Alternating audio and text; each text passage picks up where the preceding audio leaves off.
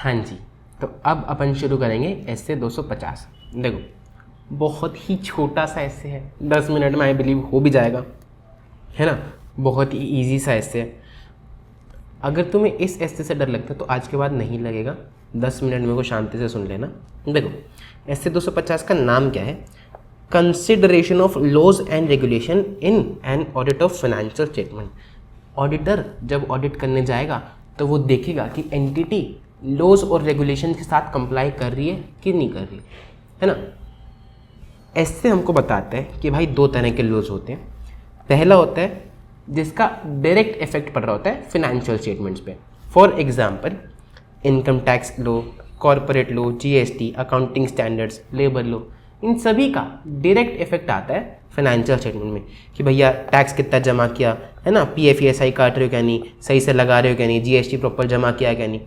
फिर कुछ होते हैं इनडायरेक्ट लॉस जिनका फिनेंशियल स्टेटमेंट्स पे कोई डायरेक्ट इफेक्ट नहीं आता, लेकिन वो होते मटीरियल हैं। For example pollution act, child labour act. अगर आपने चाइल्ड लेबर एम्प्लॉय कर रखा है या फिर आप पोल्यूशन जरूरत से ज़्यादा कर रहे हो, है ना, तो पोल्यूशन डिपार्टमेंट आप पे स्टे लगा सकता है, आपका लाइसेंस कैंसिल कर सकता है, आपकी एंटिटी को बंद करवा सकता है। इतना मटीरियल इफेक्ट होता है इनका, लेकिन ये फाइनेंशियल स्टेटमेंट्स में डायरेक्टली नहीं दिखते। अब कॉमन सेंस कि ऑडिटर जब जाता है तो वो क्या चेक करता है? Financial statements. ऑडिटर की रिस्पॉन्सिबिलिटी क्या है कि फाइनेंशियल स्टेटमेंट सही है या नहीं, उस पर रीजनेबल एश्योरेंस देना। तो ऑडिटर कौन से लॉस को कंसिडर करेगा? कॉमन सेंस से तो डायरेक्ट लॉस को कंसिडर करना चाहिए, लेकिन वो इनडायरेक्ट लॉस को भी कंसिडर करेगा और देखेगा कि क्या किसी इनडायरेक्ट लॉस के नॉन कंप्लायंस से कहीं कोई मटेरियल इफेक्ट तो नहीं आ रहा कि एंटिटी के लाइसेंसेस कैंसिल हो जाएंगे, डायरेक्टर जेल में चले जाएंगे, गोइंग कंसर्न पे खतरा आ जाएगा। तो ऑडिटर ये भी चेक करता है, ठीक है। उसके और भी 2-3 एग्जांपल है, environmental law, occupational health and safety etcetera. तो दो तरह के लॉज हो गए, एक जिनका फाइनेंशियल स्टेटमेंट पे डायरेक्ट इफेक्ट आता है, एक जिनका फाइनेंशियल स्टेटमेंट्स पे डायरेक्ट इफेक्ट नहीं आता, लेकिन फिर भी एंटिटी के लिए वो मटेरियल होते हैं और उनके नॉन कंप्लायंस से एक मटेरियल इफेक्ट आ सकता है फाइनेंशियल स्टेटमेंट पे। तो अब जिनका डायरेक्ट इफेक्ट आता है, income tax law, corporate law, GST law, उनके लिए ऑडिटर क्या करेगा? सफिशिएंट अप्रोप्रिएट ऑडिट एविडेंस लेगा कि भैया एंटिटी ने इन लॉज का प्रॉपर तरीके से कंप्लायंस कर रखा है। और जिनका डायरेक्ट इफेक्ट नहीं आता है उनके लिए कुछ स्पेसिफाइड ऑडिट प्रोसीजर करेगा ताकि उसको पता चले कि कहीं एंटिटी ने नॉन कंप्लायंस तो नहीं किया हुआ है। अगर नॉन कंप्लायंस किया हुआ है तो क्या उनका कोई मटेरियल इफेक्ट फाइनेंशियल स्टेटमेंट्स पे आ रहा है। डायरेक्ट लॉस के लिए सफिशिएंट अप्रोप्रिएट एविडेंस लेगा, हर एक चीज़ चेक करेगा। दूसरों के लिए देखेगा कि कहीं एंटिटी ने नॉन कंप्लायंस तो नहीं किया हुआ, सिर्फ उतना ही प्रोसीजर करेगा जिससे उसको ये पता चले कि कहीं एंटिटी ने इनका नॉन कंप्लायंस तो नहीं किया हुआ और नॉन कंप्लायंस से क्या कोई मटेरियल इफेक्ट एंटिटी पे आ रहा है, ठीक है। अब सफिशिएंट अप्रोप्रिएट एविडेंस लेने के लिए जिनका डायरेक्ट इफेक्ट था, उनके सफिशिएंट अप्रोप्रिएट एविडेंस लेने के लिए ऑडिटर को समझना पड़ेगा लीगल और रेगुलेटरी फ्रेमवर्क जो भी उस इंडस्ट्री पे, उस एंटिटी पे एप्लीकेबल है, और एंटिटी किस तरह से इंश्योर करती है कि भैया वो सभी कंप्लाई है। यानी कि इनकम टैक्स आपका सही टाइम पे जा रहा है, सही अमाउंट से जा रहा है, तो कौन से एक्ट एप्लीकेबल है, प्लस एंटिटी किस तरह से इंश्योर करती है कि वो सभी एक्ट्स का पालन अच्छे से टाइमली बेसिस पे कर रही है। जो इनडायरेक्ट लॉस थे जिनका फाइनेंशियल स्टेटमेंट पर डायरेक्ट इफेक्ट नहीं आता, उनके लिए हमने बोला था कि भैया वो कुछ स्पेसिफाइड ऑडिट प्रोसीजर परफॉर्म करेगा, है ना। क्या होते हैं वो स्पेसिफाइड ऑडिट प्रोसीजर? दो होते हैं, इंक्वायरी और इंस्पेक्शन। मैनेजमेंट से इंक्वायरी करेगा कि भैया फॉलो कर रहे हो कि नहीं कर रहे हो, और इंस्पेक्ट करेगा कोई भी डॉक्यूमेंट्स अगर उस डिपार्टमेंट से आए। पोल्यूशन वालों ने आपको कोई नोटिस भेजा, चाइल्ड लेबर वालों ने आपको कोई नोटिस भेजा, ऑक्यूपेशनल हेल्थ सेफ्टी वालों ने आपको कोई नोटिस भेजा, तो उन सभी को इंस्पेक्ट करेगा। I² सिर्फ ये दो ही स्पेसिफाइड प्रोसीजर होते हैं जिससे उसको पता चल जाएगा कि भैया नॉन कंप्लायंस हुआ। बात समझ में आई? इतना ही ऐसे है, सही बताऊं तो इसमें और ज़्यादा कुछ है नहीं। क्या पढ़ा अभी तक हमने? कि कुछ होते हैं लॉस जिनका डायरेक्ट इफेक्ट होता है फाइनेंशियल स्टेटमेंट में, कुछ का इनडायरेक्ट इफेक्ट होता है, यानी कि फाइनेंशियल स्टेटमेंट को डायरेक्टली इफेक्ट नहीं करते लेकिन स्टिल उनका मटीरियल इफेक्ट होता है। अब जो डायरेक्ट है उनके लिए सफिशिएंट अप्रोप्रिएट एविडेंस लेगा। सफिशिएंट अप्रोप्रिएट एविडेंस लेने के लिए सबसे पहले उसको अंडरस्टैंडिंग लेनी पड़ेगी कि एंटिटी पे कौन से लॉज रेगुलेशन एप्लीकेबल है, प्लस में एंटिटी उनका कंप्लायंस किस तरह से कर रही है। अब कुछ ऐसे लॉज होते हैं जिनका डायरेक्ट इफेक्ट नहीं होता है एंटिटी के फाइनेंशियल स्टेटमेंट पे, तो ऑडिटर उनके लिए स्पेसिफाइड ऑडिट प्रोसीजर करेगा जानने के लिए कि क्या उनका कोई नॉन कंप्लायंस तो नहीं हुआ, और अगर हुआ है तो क्या उसका कोई मटीरियल इफेक्ट फाइनेंशियल स्टेटमेंट्स पे पड़ सकता है।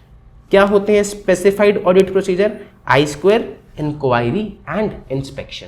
इंक्वायरी मैनेजमेंट से, इंस्पेक्शन उन डिपार्टमेंट से कोई भी डॉक्यूमेंट आया उनका, जिसको हम बोलते हैं कॉरेस्पॉन्डेंस। बात समझ में आई? अब देखो फटाफट पढ़ेंगे इसको। ये मेरा बनाया हुआ चार्ट था, ये आपके मॉड्यूल में नहीं है, लेकिन इस चार्ट से आप 5 मिनट में इस पूरे हिस्से को रिवाइज कर सकते हैं। कितनी देर लगी है चार्ट को समझने में? अपने को 5-7 मिनट लगे हैं, बस 5 मिनट हुए हैं। तो अब देखना फटाफट खींच देंगे इस हिस्से को। इसमें इतनी ही बातें, इससे ज़्यादा कोई है ही नहीं इसमें बात है। देखो effect of laws and regulation, सबसे पहले वो ज्ञान दे रहा है कि कुछ लॉज होते हैं जिनका डायरेक्ट इफेक्ट होता है फाइनेंशियल स्टेटमेंट पे, और अदर लॉज होते हैं जिनका डायरेक्ट इफेक्ट फाइनेंशियल स्टेटमेंट्स पे नहीं होता है, लेकिन वो भी एंटिटी को कंप्लाई करने होते हैं। कुछ एंटिटीज होती हैं जो हेविली रेगुलेटेड इंडस्ट्रीज में काम करती हैं, जैसे कि बैंक, उस पर दुनिया भर के लॉज लगा रखे हैं आरबीआई ने, है ना, ये रिपोर्टिंग करो वो रिपोर्टिंग करो, तो उन सब का डायरेक्ट इफेक्ट होता है फाइनेंशियल स्टेटमेंट पे। और बाकी एंटिटीज जो होती हैं उन पे सिर्फ कुछ ऑपरेटिंग एस्पेक्ट्स वाले लॉज लगते हैं, बहुत सारे नहीं लगते हैं, ठीक है। लेकिन स्टिल उनके नॉन कंप्लायंस से भी फाइन्स लग सकते हैं, लिटिगेशन हो सकती है, या फिर फाइनेंशियल स्टेटमेंट्स पे मटेरियल इफेक्ट आ सकता है। ऑडिटर का क्या ऑब्जेक्टिव है? वैसे तो ये ब्लू में है, पर स्टिल मैं बता देता हूँ कि सफिशिएंट अप्रोप्रिएट ऑडिट एविडेंस ले, है ना, जिनका डायरेक्ट इफेक्ट आ रहा है। बाकी जिनका डायरेक्ट इफेक्ट नहीं आ रहा है उनके लिए स्पेसिफाइड ऑडिट प्रोसीजर परफॉर्म करे, ताकि उसे पता चले कि कहीं उनका नॉन कंप्लायंस तो नहीं हुआ है, और अगर नॉन कंप्लायंस हुआ है तो उसके लिए अप्रोप्रिएटली रिस्पॉन्ड करे। ये किसके रिस्पॉन्सिबिलिटी है कंप्लायंस कराना? मैनेजमेंट की रिस्पॉन्सिबिलिटी है भैया की वो देखती रहे कि हमारा लॉज एंड रेगुलेशन के साथ कंप्लायंस हो रहा है कि नहीं हो रहा, ठीक है। अब मैनेजमेंट की रिस्पॉन्सिबिलिटी है, तो मैनेजमेंट क्या करेगी? मैनेजमेंट को बनानी चाहिए कुछ पॉलिसीज, ताकि वो प्रिवेंट कर सके और डिटेक्ट कर सके कोई नॉन कंप्लायंस हुआ है तो। किस तरह की पॉलिसीज भैया? जैसे कि एग्जाम्पल्स दे रखे हैं कुछ, जैसे कि मॉनिटर करती रहे लीगल रिक्वायरमेंट्स को, appropriate system of internal control लगाए, एक कोड ऑफ कंडक्ट बनाए, सभी एम्प्लॉयज़ को ट्रेनिंग दे, उस कोड ऑफ कंडक्ट को समझाए, और मॉनिटर करे कि क्या सभी एम्प्लॉयज़ उस कोड ऑफ कंडक्ट को फॉलो कर भी रहे हैं कि नहीं कर रहे। लीगल एडवाइजर्स को एंगेज करे और लीगल रिक्वायरमेंट्स फुलफिल हो रही है क्या नहीं हो रही उसकी मॉनिटरिंग कराए, ठीक है।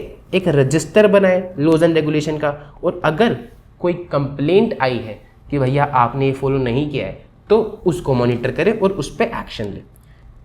ये पॉलिसीज बना सकती है। बड़ी एंटिटीज़ में इन पॉलिसीज़ के लिए अलग से डिपार्टमेंट भी बना सकते हैं, जैसे कि internal audit function, audit committee, या फिर कंप्लायंस फंक्शन। बेसिकली कुछ लोगों को बिठा देंगे मीटिंग रूम में और उनको एक नाम दे देंगे कि आज से तुम इंटरनल ऑडिट फंक्शन हो, तुम ये सारी फलानी चीज़ें भी देखोगे, सही है। ये सब किसके रिस्पॉन्सिबिलिटीज़ थी? मैनेजमेंट की। तो ऑडिटर की क्या रिस्पॉन्सिबिलिटी थी? अरे वही, कौन सी? वही इंटरवली, क्या? रीजनेबल एश्योरेंस लेना फाइनेंशियल स्टेटमेंट पे फ्री फ्रॉम मटेरियल मिसस्टेटमेंट है या नहीं। रीजनेबल ही दे सकता है, 100% नहीं दे सकता, क्योंकि there are inherent limitations of auditing. अगर तुम्हें ये नहीं आता है तो प्लीज़ बेसिक की वीडियो देख लो, बेसिक में मैंने बहुत डिटेल में सब कुछ समझा रखा है, सारी चीज़ें समझ में आ जाएंगी, फिर ऑडिट आगे का मक्खन लगेगा, है ना। ऑडिटर रिस्पॉन्सिबल नहीं है नॉन कंप्लायंस को बचाने के लिए, मैनेजमेंट है। ऑडिटर की कुछ इनहेरेंट लिमिटेशंस होती है, वो सब कुछ नहीं पकड़ सकता। जैसे कि देखो यार, दुनिया भर के कानून बना रखे हैं, एक एंटिटी पे 500 कानून एप्लीकेबल है, लेबर का, ऑक्यूपेशनल हेल्थ सेफ्टी का, एटसेट्रा एटसेट्रा एटसेट्रा। भाई मैं देखता था ना, मैंने कंप्लायंस की ऑडिट करी हुई है, 2-2 हज़ार कानून की फाइलें आती थी हमारे पास कि भैया इस एंटिटी पे ये सब कानून एप्लीकेबल है, इसका हमें कंप्लायंस चेक करना है, ठीक है। तो इतने सारे लॉज एंड रेगुलेशंस होते हैं, और बहुत सारे तो फाइनेंशियल स्टेटमेंट में कैप्चर भी नहीं होते, है ना। पोल्यूशन वाला कहाँ दिख रहा है, चाइल्ड लेवल वाला कहाँ दिख रहा है, फाइनेंशियल स्टेटमेंट में दिखता ही नहीं। तो ऑडिटर को इतने सबकी नॉलेज नहीं होती है। ऊपर से अगर उन्होंने जानबूझकर नॉन कंप्लायंस किया है तो छुपाने की कोशिश भी की होगी, तो ऑडिटर नहीं पकड़ पाएगा, मैनेजमेंट ने ओवरराइड ऑफ कंट्रोल भी किया होगा। एंड लास्ट में नॉन कंप्लायंस हुआ है या नहीं हुआ है, ये अल्टीमेटली मैटर है लीगल डिटर्मिनेशन का। ऑडिटर का इसमें बहुत ज़्यादा से नहीं, कोर्ट डिसाइड करेगा कि आपने नॉन कंप्लायंस किया है कि नहीं किया है। तो ये सब इनहेरेंट लिमिटेशंस हैं, जिसकी वजह से हम बोलते हैं कि भैया ऑडिटर सारे मटेरियल मिसस्टेटमेंट्स को नॉन कंप्लायंस वाले को नहीं डिटेक्ट कर पाएगा। ठीक है, फिर वो बताता है कि ऑडिटर की रिस्पॉन्सिबिलिटी है लेकिन 2 कैटेगरी ऑफ लॉस के लिए। कौन से 2 कैटेगरी? 2 ही तो कैटेगरी थी, बताई देना। वो वाले जिनका डायरेक्ट इफेक्ट होता है जैसे कि टैक्स लो, लेबर लो, और वो वाले जिनका डायरेक्ट इफेक्ट नहीं होता है लेकिन उनका कंप्लायंस जरूरी है for the operating aspects of the entity. अगर उनका कंप्लायंस नहीं करेंगे तो या तो गोइंग कंसर्न भी खतरा सकता है या फिर पेनल्टीज बहुत ज़्यादा लग सकती हैं, है ना। ये 2 ही तरह के लॉस होते हैं। पहले वाले जिनका डायरेक्ट इफेक्ट है उनके लिए सफिशिएंट अप्रोप्रिएट ऑडिट एविडेंस लेगा। जो बाकी हैं जिनका डायरेक्ट इफेक्ट नहीं है उनके लिए स्पेसिफाइड ऑडिट प्रोसीजर करेगा, ये देखने के लिए कि कहीं उनका नॉन कंप्लायंस तो नहीं हुआ है। ठीक है, फिर आगे है, अब देखो, the auditor consideration of compliance with laws and regulation. 5 चीज़ें समझेगा auditor consideration of compliance with laws and regulation. सबसे पहले तो वो एंटिटी की जनरल अंडरस्टैंडिंग लेगा कि कौन सा फ्रेमवर्क एंटिटी पे एप्लीकेबल है, कौन सा लॉ एंटिटी पे एप्लीकेबल है, और एंटिटी कैसे इंश्योर कर रही है कि वो उसके साथ कंप्लाई कर रही है। फिर जिन लॉज का डायरेक्ट इफेक्ट है उसके लिए सफिशिएंट अप्रोप्रिएट एविडेंस लेगा, और बाकी लॉज, अदर लॉज के नॉन कंप्लायंस को आइडेंटिफाई करेगा। कैसे आइडेंटिफाई करेगा? ऑडिट प्रोसीजर परफॉर्म करके। कौन से audit procedure? Inquiry with management और इंस्पेक्टिंग कॉरेस्पॉन्डेंस। पढ़ लिया था अपन ने चार्ट में, इतना ही, ऐसे कुछ ज़्यादा खास है नहीं ऐसे में, है ना। फिर कोई भी, जब अब जैसे ऑडिटर का काम खाली कंप्लायंस चेक करना थोड़ी होता है, वो तो फाइनेंशियल स्टेटमेंट का ऑडिट करने आया ना। तो अब जब वो बाकी ऑडिट प्रोसीजर्स परफॉर्म कर रहे हैं ना, तो वो अलर्ट रहे कि भैया उसके लिए दूसरे जो एक्ट का नॉन कंप्लायंस तो नहीं हो रहा। फॉर एग्जाम्पल एमएसएमई को पेमेंट कर रहा है, वो चेक कर रहा है पेमेंट की फाइल, तो उसमें देखे कि भैया एमएसएमई को जो पेमेंट करी है वो कहीं 45 दिन से ज़्यादा तो नहीं, 45 दिन के बाद तो नहीं, अदरवाइज नॉन कंप्लायंस हो जाएगा अदर लॉज एंड रेगुलेशन का, है ना। तो अलर्ट रहे जब बाकी प्रोसीजर भी परफॉर्म कर रहे हैं कि कहीं किसी प्रोसीजर से आपको ये तो नहीं पता चल रहा कि भैया नॉन कंप्लायंस भी हुआ है। एंड लास्ट में मैनेजमेंट से रिक्वेस्ट करे कि रिटर्न रिप्रेजेंटेशन दे दो जो भी आपको नॉन कंप्लायंस के इंस्टांसेस पता है, और ये भी लिख के दे देना कि आपने मेरे को सब कुछ डिस्क्लोज कर दिया है ना। 5 चीज़ें हैं। अंडरस्टैंडिंग लेगा, फिर सफिशिएंट अप्रोप्रिएट एविडेंस लेगा डायरेक्ट लॉस के लिए, नॉन कंप्लायंस के लिए स्पेसिफाइड प्रोसीजर करेगा, नॉन कंप्लायंस आइडेंटिफाई करने के लिए कौन से इंक्वायरी, इंस्पेक्शन, I², अलर्ट रहेगा बाकी प्रोसीजर परफॉर्म करते टाइम कि कहीं किसी प्रोसीजर से उसको ये तो नहीं पता चल रहा कि भैया नॉन कंप्लायंस भी हुआ। एंड लास्ट में रिटर्न रिप्रेजेंटेशन लेगा 2 तरह की।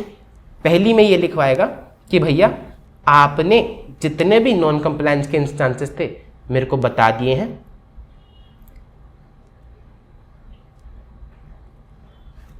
मतलब 2 रिटर्न रिप्रेजेंटेशन में 2 चीज़ें लिखवाएगा। पहली बात तो ये लिखवाएगा जो जो नॉन कंप्लायंस के इंस्टांसेस थे वो लिख दो, और फिर लास्ट में ये भी लिख दो कि भैया आपने मेरे को सब डिस्क्लोज कर दिया। ठीक है, अब देखो 2 चीज़ें। अगर ऑडिटर को पता चल गया, ही इज़ अवेयर कि भैया कोई तो नॉन कंप्लायंस हुआ है, तो पहले तो वो उस एक्ट का नेचर समझेगा और वो समझेगा कि इससे क्या पॉसिबल इफेक्ट हो सकते हैं। अगर उसे पता नहीं चला लेकिन उसे लग रहा है कि भैया कुछ तो गड़बड़ है, कुछ तो गड़बड़ है, दया दाल में कुछ तो काला है, हो सकता है कि नॉन कंप्लायंस हुआ हो, तो मैनेजमेंट के साथ जाकर डिस्कस करेगा, उनसे मांगेगा कि भैया मेरे को और इन्फॉर्मेशन चाहिए इस पर। लेकिन मैनेजमेंट गंदी है, मैनेजमेंट उसको इन्फॉर्मेशन नहीं दे रही, और ऑडिटर को ये भी लगता है कि भैया जो नॉन कंप्लायंस है वो मटीरियल है फाइनेंशियल स्टेटमेंट के लिए, तो वो क्या करे, मैनेजमेंट इन्फॉर्मेशन दे नहीं रही, उसको लग रहा है इफेक्ट मटीरियल है, तो लीगल एडवाइस ले ले। अगर सफिशिएंट इन्फॉर्मेशन अभी भी ऑब्टेन नहीं की जा सकती उसका इफेक्ट इवैल्यूएट करने के लिए, तो वो देखे कि भैया ऑडिटर ओपिनियन पे, अपनी ओपिनियन पे मैं इसका क्या इफेक्ट दूंगा। अगर सफिशिएंट इन्फॉर्मेशन ऑब्टेन नहीं कर पा रहा है वो, तो वो अपनी ओपिनियन पे उसका इफेक्ट देखे। ठीक है, एंड लास्ट में इवैल्यूएट करे कि नॉन कंप्लायंस का क्या इम्प्लीकेशन हो सकता है बाकी ऑडिट के एस्पेक्ट्स पे, इंक्लूडिंग ऑडिटर्स के रिस्क असेसमेंट। कि भैया वो मेरे को इन्फॉर्मेशन नहीं दे रहे, मेरे को पता भी नहीं चल रहा, तो यानी कि वो मेरे से ये चीज़ छुपा रहे, तो हो सकता है कुछ और भी छुपा रहे हो। मैं तो सोच रहा था भले लोग हैं, इनका रिस्क असेसमेंट मैंने करा था तो मैंने सोचा था रिस्क इसमें 10% है, लेकिन अब मुझे लग रहा है कि रिस्क ज़्यादा है। तो अपने रिस्क असेसमेंट प्रोसीजर पे और उनकी रिटर्न रिप्रेजेंटेशन पे कितना भरोसा किया जा सकता है, इन सब पे भी उसका इफेक्ट इवैल्यूएट करे। ठीक है, अब कंफर्म हो गया उसको कि भैया कोई तो नॉन कंप्लायंस हुआ है, तो वो किसको रिपोर्ट करेगा? सबसे पहले तो वो रिपोर्ट करेगा TCWG को। देखो एक छोटा चार्ट बना रखा है, तुम यहाँ पे लिख लेना, इस चार्ट को भर लेना। बेसिकली मैं क्लास में भरवाता हूँ, रिवीजन वीडियो में भी नहीं भरवा रहा हूँ, तुम भर लेना खुद से। नॉन कंप्लायंस की रिपोर्टिंग करनी है उसको, सबसे पहले तो TCWG को बताएगा, फिर देखेगा कि उसका ऑडिट रिपोर्ट में क्या इफेक्ट आ सकता है और क्या उसको रेगुलेटर को बताने की ज़रूरत है। ठीक है, TCWG को बताएगा। तो अगर ऑडिटर के जजमेंट में इंटेंशनल ओमिशन किया हुआ है और वो मटेरियल भी है, यानी कि आपने जानबूझकर उस लॉ का कंप्लायंस नहीं किया है और वो मटेरियल भी है, तो वो TCWG को जल्दी से जल्दी बताएगा। अगर उसे लगता है कि भैया TCWG भी इन्वॉल्व है, तो उसके ऊपर की भी अगर कोई हायर अथॉरिटी है तो उसको बताएगा। अगर हायर अथॉरिटी एग्जिस्ट नहीं करती है तो फिर लीगल एडवाइस लेगा। सबसे पहले उसको लगता है कि भैया कोई नॉन कंप्लायंस हुआ है जो कि मटीरियल है, तो वो TCWG को बताएगा। उसको लगता है कि TCWG भी मिला हुआ है तो उसके ऊपर कोई अथॉरिटी तो उसको बताएगा। अगर नहीं है कोई अथॉरिटी तो लीगल एडवाइस लेगा। ठीक है, फिर वो देखेगा कि अपनी रिपोर्ट में मैं कैसे और क्या बताऊं नॉन कंप्लायंस के बारे में। अगर मटेरियल इफेक्ट है और एडिक्वेटली रिफ्लेक्ट नहीं कर रखा तो वो अपनी ओपिनियन चेंज कर देगा, मॉडिफाई कर देगा, या तो क्वालिफाइड देगा या फिर एडवर्स देगा। सेकेंडली, अगर ऑडिटर को इन्फॉर्मेशन ही नहीं मिल रही तो या तो वो क्वालिफाइड देगा या डिस्क्लेमर देगा 705 के हिसाब से। ठीक है, और अगर वो डिटरमाइन ही नहीं कर पा रहा है कि नॉन कंप्लायंस हुआ है कि नहीं हुआ, क्यों नहीं डिटरमाइन कर पा रहा है? क्योंकि उसको मैनेजमेंट लिमिटेशन लगा रही है। ठीक है, because of the limitation impose by management rather than by अगर वो डिटरमाइन नहीं कर पा रहा है कि भैया नॉन कंप्लायंस हुआ है कि नहीं हुआ, क्योंकि कुछ सर्कमस्टांसेस ऐसे बन गए हैं। क्यों नहीं? मैनेजमेंट ने कोई लिमिटेशन नहीं लगाई, TCWG ने भी कोई लिमिटेशन नहीं लगाई। ये देखो, अनेबल टू डिटरमाइन कि नॉन कंप्लायंस हुआ है कि नहीं हुआ because of limitations imposed by circumstances rather than by management और TCWG। तो वो देखेगा कि मेरे को अपनी ओपिनियन पे किस तरह का इफेक्ट डालना चाहिए। बात समझ में आई? फिर लास्ट में रेगुलेटर वाली, कि अगर उसको पता चल गया है कि भैया नॉन कंप्लायंस है या फिर उसको लग रहा है कि नॉन कंप्लायंस है, तो देखे कि क्या उसकी कोई रिस्पॉन्सिबिलिटी बनती है पार्टीज आउटसाइड दी एंटिटी को रिपोर्ट करने की। एंड लास्ट में कोई भी आइडेंटिफाइड या सस्पेक्टेड नॉन कंप्लायंस उसको मिला है तो उसको वो डॉक्यूमेंट कर ले। बात समझ में आई? 15 मिनट में हमारा पूरा खत्म हो गया है, सारी डिटेलिंग के साथ। एक एक चीज़ मैंने आपको बता दी है। कोई और दिक्कत परेशानी, नोट्स आपको अक्षांश सर की वेबसाइट से मिल जाएंगे और टेलीग्राम चैनल से भी मिल जाएंगे, या फिर मेरे को व्हाट्सएप कर देना। मेरा व्हाट्सएप नंबर है 9817664456। सही है, अगले ऐसे की तरफ प्रस्थान करें। अगला ऐसे तो बहुत ही मज़ेदार है, तुमको मिलाता हूँ तुम किसी सुंदर लड़की से। हाँ, अगले ऐसे में ही है, आओ ज़रा।